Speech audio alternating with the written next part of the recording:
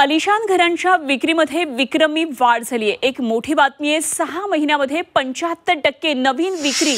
तर रिसेल घरांची विक्री ही 25% झाली आहे। घरांच्या विक्रीमध्ये तब्बल 14,750 कोटींची उलाढाल झाल्याची माहिती कळते।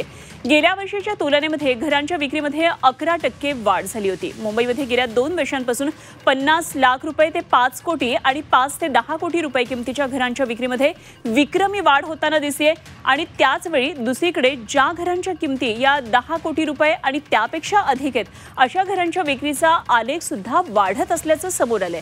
आणि विशेष म्हणजे यावर्षी पहिल्या 6 महिन्यामध्ये मुंबईमध्ये 10 कोटी रुपये आणि त्यापेक्षा अधिक किमतीच्या एकूण 1335 घरांची विक्री झाली आहे। तर या विक्रीद्वारे तब्बल 14,750 कोटी रुपयांची उलाढाल झाल्याची माहिती मिळते।